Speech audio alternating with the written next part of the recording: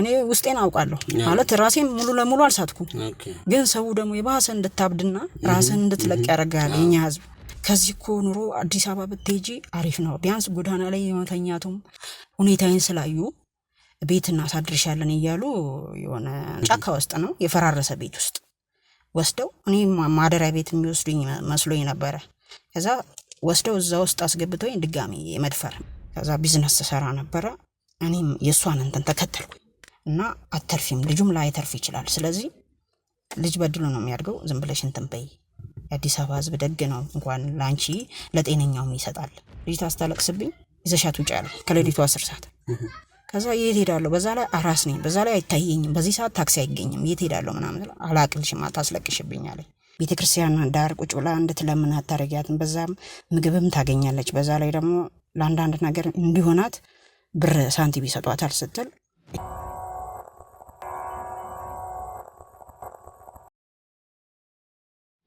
ሰላም እንዴት ናችሁ ውድ አበሻ ጨዋታ ቤተሰቦች በህይወት መንገድ ላይ ነው ያለነው እኔ ዘላለም ነኝ እንግዲህ ፕሮግራማችንን ላይክ በማድረግ ጀምሩ እንግዲህ የዛሬ እንግዳዬ ቃል ኪዳን ትባላለች ሎተሪ በመሸጥ ነው የምትተዳደረው የአዲስ አበባ ዩኒቨርሲቲ የ3ኛ ዓመት ተማሪ ናት እንግዲህ ከሷ ጋር እንጫወታለን ጠንካራ ልጅ ናት ብዙ ከባድ ነገሮችን በህይወቷ አሳልፋለች ዛሬ ግን ደከመኝ ብላለችና አብራችኋት እንድትቆሙ አደራ እየጠየቅኩ ነው እንግዲህ ከቃል ኪዳን ጋር እናወራለን ቃል ኪዳን እንኳን ደህና መጣሽ ሰላም ጤና ይስጥልኝ ውድ አበሻ ጨዋታ ቤተሰቦች በህይወት መንገድ ላይ ነው ያለነው እንደተለመደው ዛሬም በህይወት መንገድ አንድ እንግዳ ይዤላችሁ ቀርቤያለሁ እንግዲህ እንግዳችንን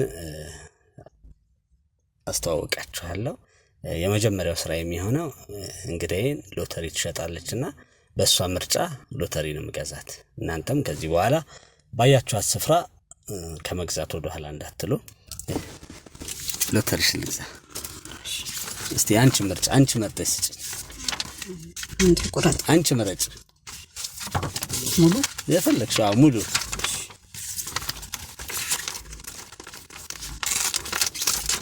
እሺ መሰግናለሁ እሺ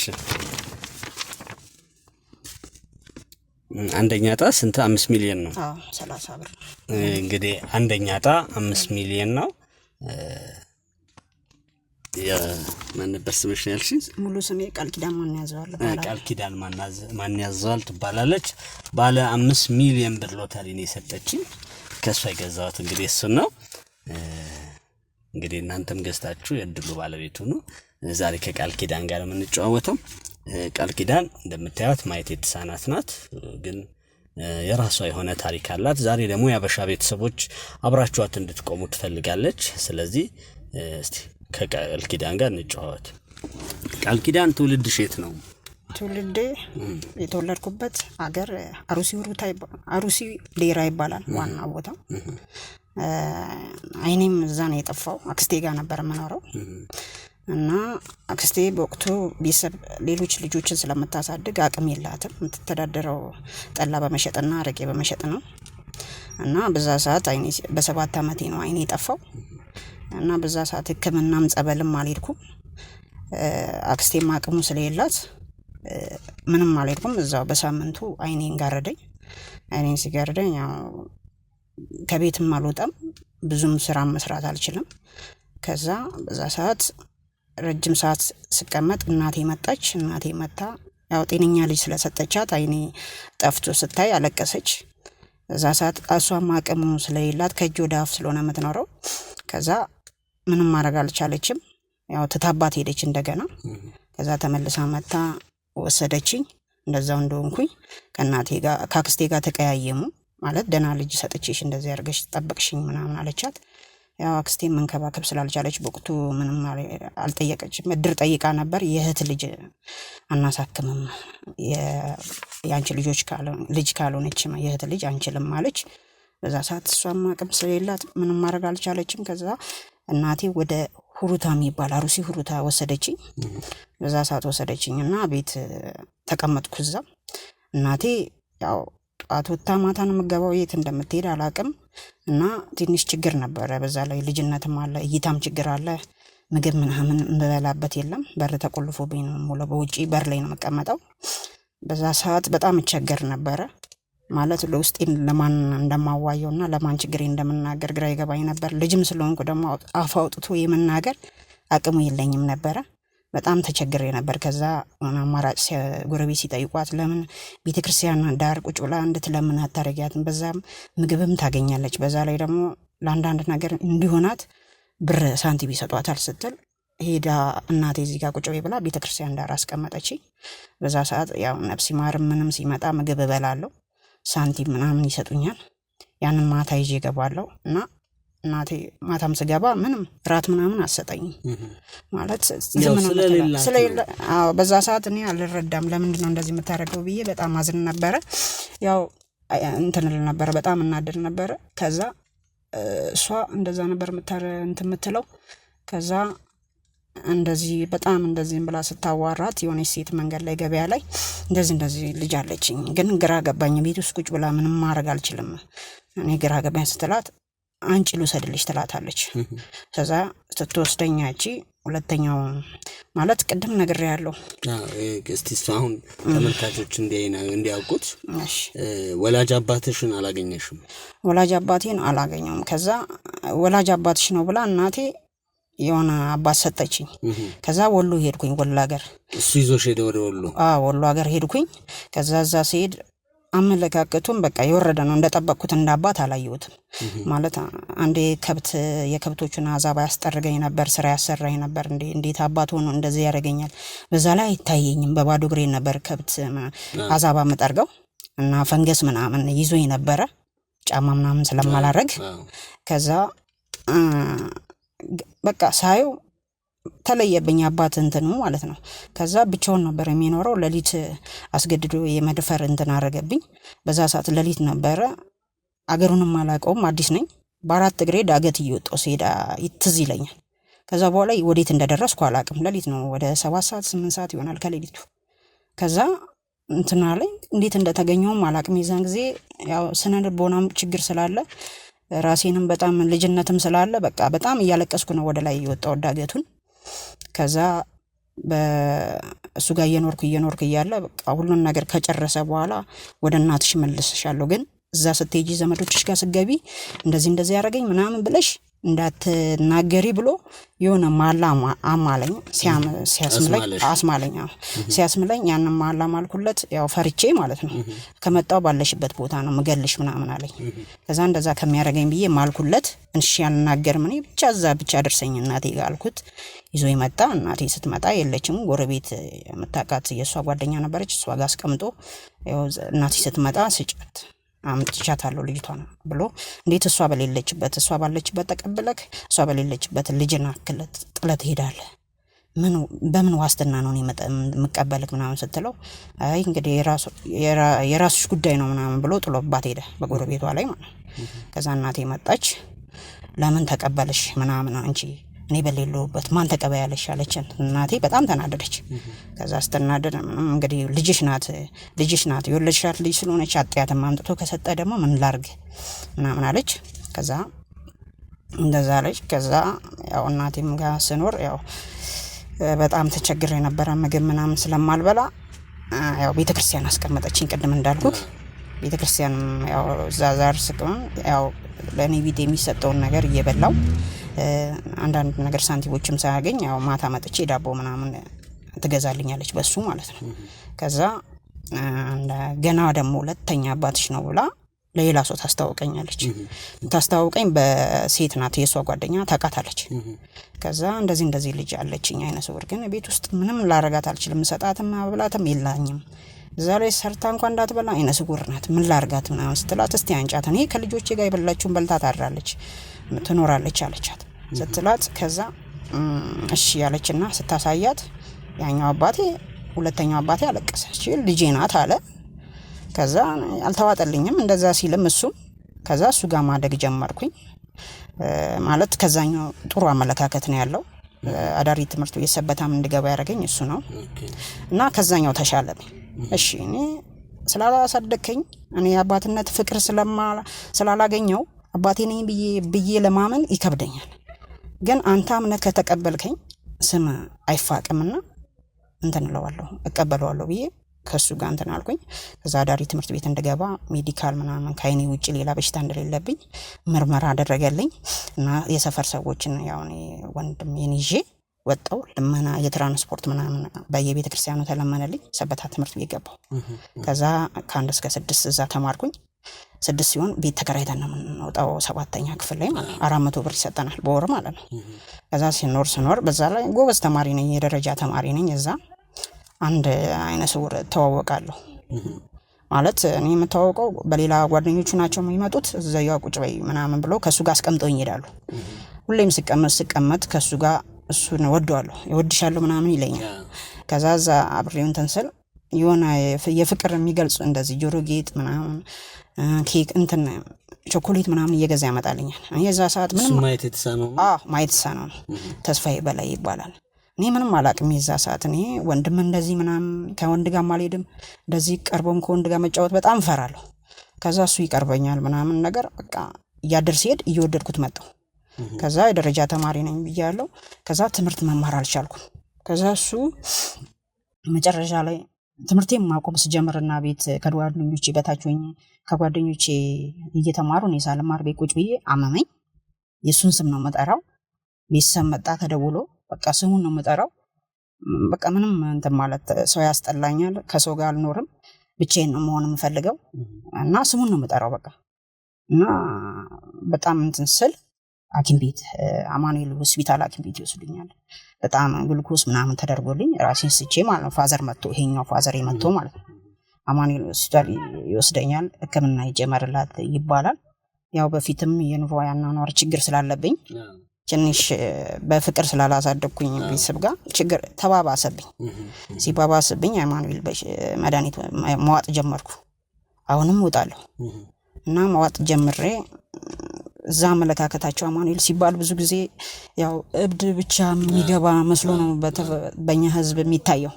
እና ከውጭ እኔ ፋዘሬን አልገባም እለዋለሁ። ሲጮም እንደዚህ ምንም ሲያይ አልገባም እና መድኃኒቱ ሲሰጠኝ ወደ ጎን ጥለዋለሁ፣ አልውጥም።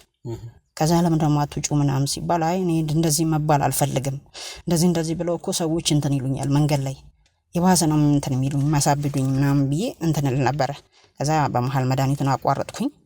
ከዛ ነፍስ እያወቅሁ ሲል ሁሌ እንቅልፍ አልተኛም። እንቅልፍ ሳልተኛ ስቀር መድኃኒቱን ራሴ መሄድ ጀመርኩኝ። ፋዘር በመሃል ትቶኝ ማለት ነው። ራሴ አሁን እዚህ ብቻዬን ስኖር ማለት ነው። ከዛ መድኃኒቱን እያመጣው እውጣለሁ ምንም እየዋጥኩ ነው። ከዛ እንቅልፍ መተኛት ጀመርኩ። እንደ በቃ ተረጋግቼ እንቅልፍ መተኛት ጀመርኩ። ከዛ የጥቅሙን አወቅኩኝ የመድኃኒቱ ማለት ነው። ከዛ አሁን እየሄድኩ እውጣለሁ። ከዛ ከሰብተው ቅድም ያልነገርኩ ነገር እዛ ስኖር እንደዛ አሞኝ ማለት ቤት የለኝም ነበረ። ጎዳና ላይ ነበር ማድራው ማለት ሰበታ ያለው ማለት ነው። እና በዛ ሰዓት አይነ ስውሮቹም ራሱ የሚያቆይ ማለት ነው ስላመመኝ አስገድዶ የመድፈር 1-2 ልጆች እንትን አሉኝ።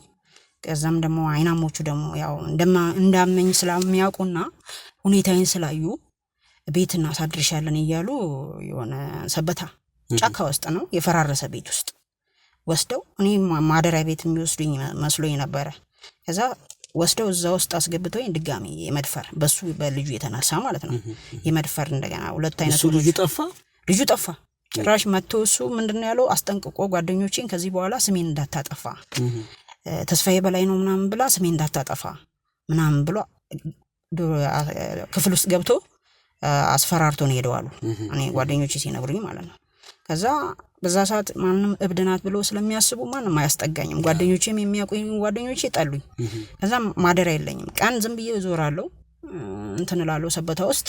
ሰበታ ደግሞ ትንሽ ጎዳና ተዳዳሪ ለማድረግ ከባድ ነው። እንኳን አይነ ስውር ሆነ የዛ ይብሳል።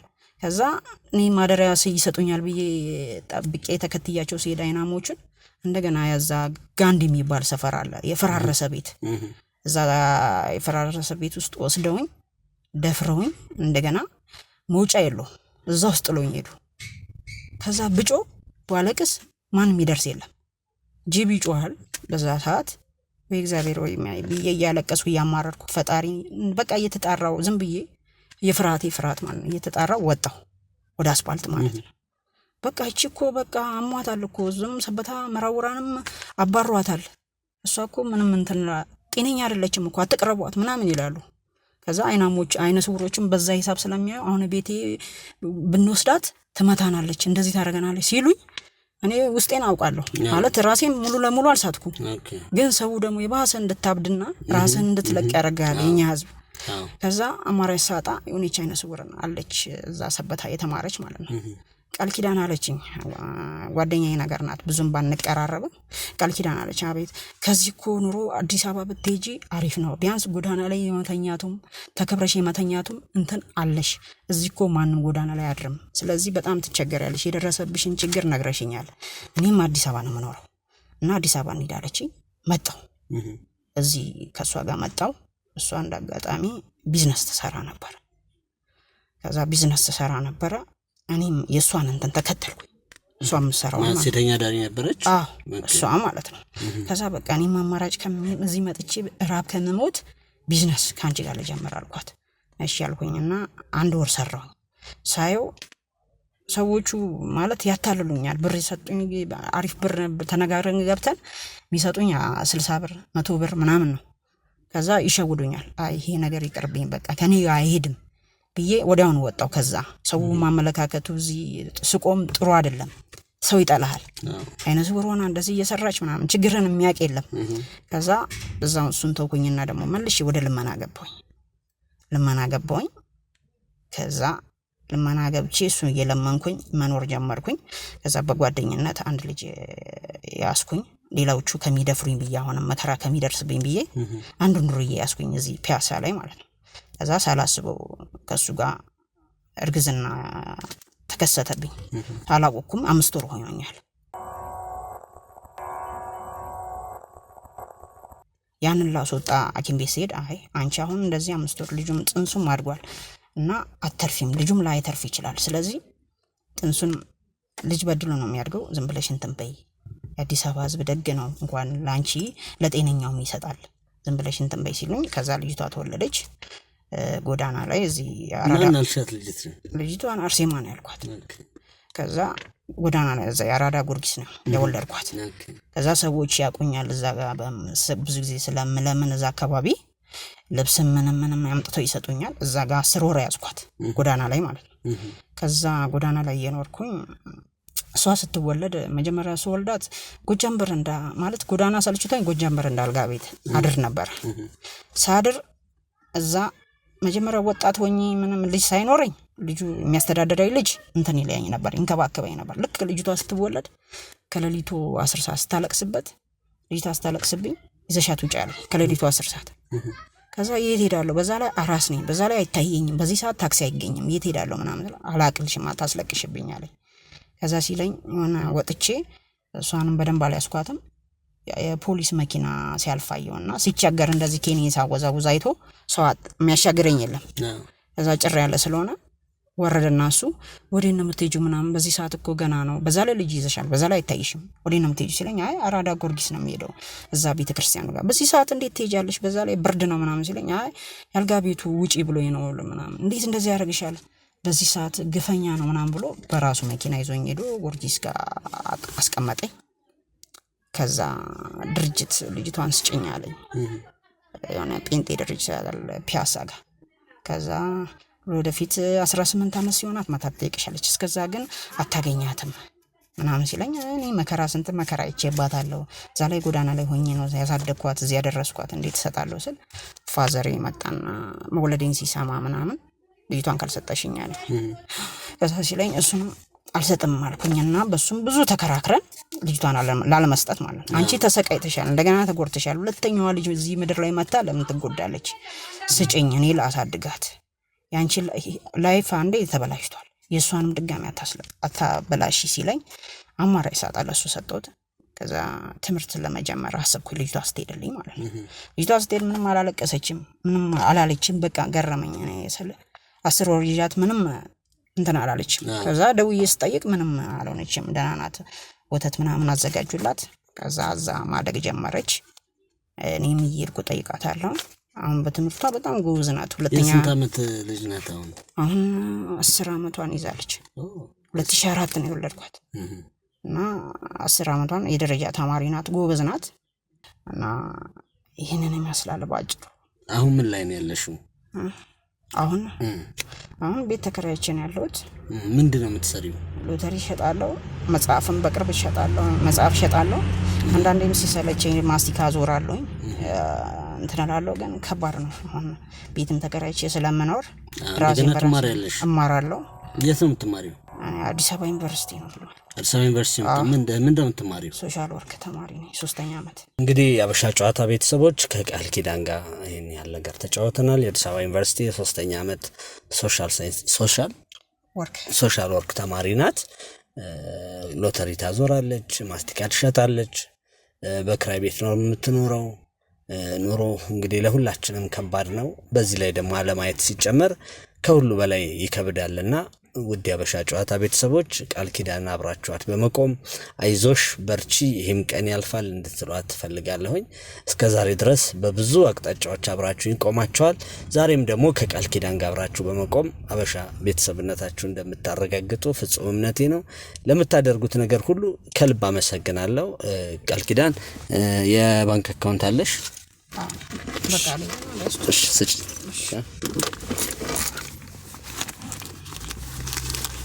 ያቀ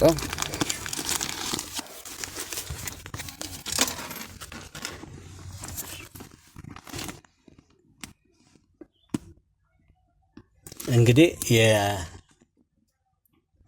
ኪዳንን መርዳት የምትፈልጉ ቤተሰቦች በኢትዮጵያ ንግድ ባንክ ቃል ኪዳን ማን ያዘዋል ታደሰ ብላችሁ የአካውንት ቁጥሯ 10113746 ከስር እንጽፍላችኋለን። በዚህ አካውንት ቁጥር የምትችሉትን ነገር በመርዳት ቃል ኪዳንን ካሰበችው ነገር ወደኋላ እንዳትቀር። እንግዲህ እንዳለችን የዩኒቨርሲቲ ተማሪ ናት። ነገ የተሻለ ህይወት የተሻለ ቦታ እናገኛታለን። ብዙ ከባድና አስቸጋሪ ጊዜያቶችን አልፋለችና ውድ የአበሻ ጨዋታ ቤተሰቦች አብራችሁን ቁሙ። ቃል ኪዳን አንቺን ሊያገኙ ሊደውሉልሽ ለሚፈልጉ ቤተሰቦች ስልክ ቁጥርሽን ንገሪያቸው። 09 እሺ 00 02 1354 በዚህ ስልክ ቁጥር ደውሉላት፣ አይዞሽ በሏት ቃል ኪዳንን። አሁን በቀሪው ጊዜ ደግሞ ከናንተ ጋር አብራ ሆና ወደ ተሻለው የህይወት መንገድ እንድትሄድ እናንተ በምትችሉት ነገር አይዞሽ ከማለት ጀምሮ አብራችኋት በመቆም እንድትሰሩ አደራላለሁኝ። እኛም የማህበራዊ ድረገጽን ለመልካም ነገር እንጠቀምበት የሚለውን ሐሳብ ይዘን ነውና ዛሬ ይሄን የመሰለ ጨዋታ አድርገናል። ቃል ኪዳን እንግዲህ ልታመሰግኙ የምትፈልጊ ቤተሰብ ካለሽ፣ ጓደኛ ካለሽ፣ የምትፈልጊው ሰው አመስግኝ። እኔም አመሰግነው ቤተሰብም የለኝም ጓደኛም የለኝም፣ ግን ፈጣሪን እዚህ ድረስ እንድደርስ ከዛ ሁሉ መከራ እዚህ ድረስ እንድደርስ ያረገኝን ፈጣሪ በጣም እጅግ ከልብ አመሰግናለሁ። ከፈጣሪ በላይ ምንም ነገር የለምና እና ይሄንን ነው የምለው ባጭሩ። እንግዲህ ውድ የአበሻ ጨዋታ ቤተሰቦች ቃል ኪዳን ዛሬ ማንም የላትም፣ ራሷን አቁማ እዚህ ጋር ደርሳለች። አሁን ግን ያለው አገሪቷ ላይ ያለው ነገር በአለም የተፈጠሩት ነገር ኢኮኖሚካሊ ሁላችንም እየፈተነን ነው ይገኛል። በዚህ ሰዓት አብራችኋት እንድትቆሙ ትፈልጋለች። እንግዲህ የት አካባቢ ነው ሎተሪ የምትሸጪው? እኔ በብዛት ፒያሳ። እንግዲህ ቃል ኪዳን ብዙ ጊዜ ፒያሳ አካባቢ ሎተሪ ስትሸጥ ታገኟታላችሁ። የአበሻ ጨዋታ ቤተሰቦች በአገር ውስጥ ያላችሁ ካያችኋት ሳትገዟት ባለማለፍ በራሶቹ ቃል ኪዳን ግቡላ ቢያንስ በዚህ እንኳን ደግፏት። ሌላውን ደግሞ የምትችሉትን ነገር በማድረግ አገዟት።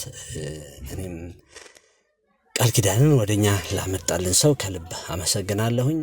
ስለ ሁላችሁም ደግሞ ስለምታደርጉት ነገር ከልብ አመሰግናለሁ። ስለ ሁሉ ተባረኩ። ለድሃ የሚሰጥ ለእግዚአብሔር አበደረ ነውና ብድራታችሁን ደግሞ እግዚአብሔር አምላክ ከማይነቀንቅና ከማይጠቀጠቅ ከተጠቀጠቀ መስፈሪያው ሰፍሮ ይስጣችሁ። ስለምታደርጉት ነገር ሁሉ በብዙ ተባረኩ። መልካም የሥራ ሳምንት በሌላ ጨዋታ ከሌላ እንግዳ ጋር እንገናኛለን። ስለነበረን ጊዜ ከልብ አመሰግናለሁ። ይህን ፕሮግራም ያዘጋጀላችሁ ዘላለም ከአበሻ ጨዋታ ጋር ነኝ። መልካም የሥራ ሳምንት። አመሰግናለሁ።